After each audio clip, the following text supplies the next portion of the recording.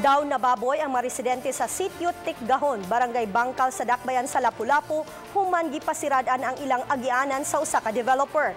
Gani mitumaw ang tensyon tali sa mga Molopyo ug sa mga mikural sa ilang Agianan. Ania ang exclusive report.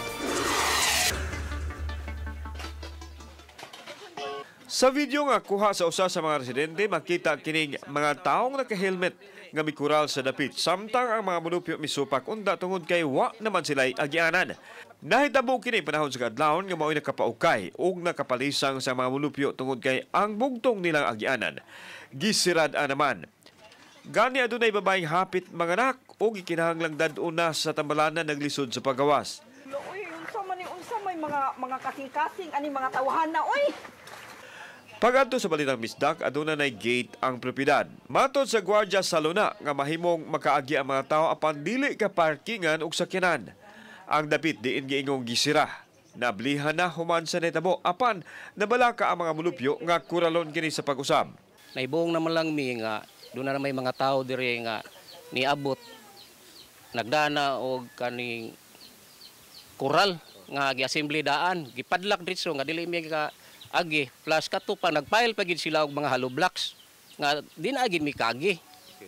So ang nahitabo kaming mga tao dire na-react na kay unsaon nam lang namo nga nababoy naman gid mi dire di na gid mi kagawas. Ang luna nga agianan sa mga tao giingong gipanagiya sa usa ka pribadong kumpanya. Doon na nakunoy kaso sa korte maong hangyo sa mga residente nga dili una sila hilabtan samtang nagpadayon pa ang court proceedings. Maabot sa 150 ka mga panimay o 700 ka mga individual ang nagpuyo sa dapit. Mga manawagan mi dito sa among presidente, si Mayor Duterte, Mayor tabangi in taon mi dire kay murag ikaw na lang gi among paglaom ani nga makatabang ani nga among problema ha kay daghan na kaayo mi og giadtuan.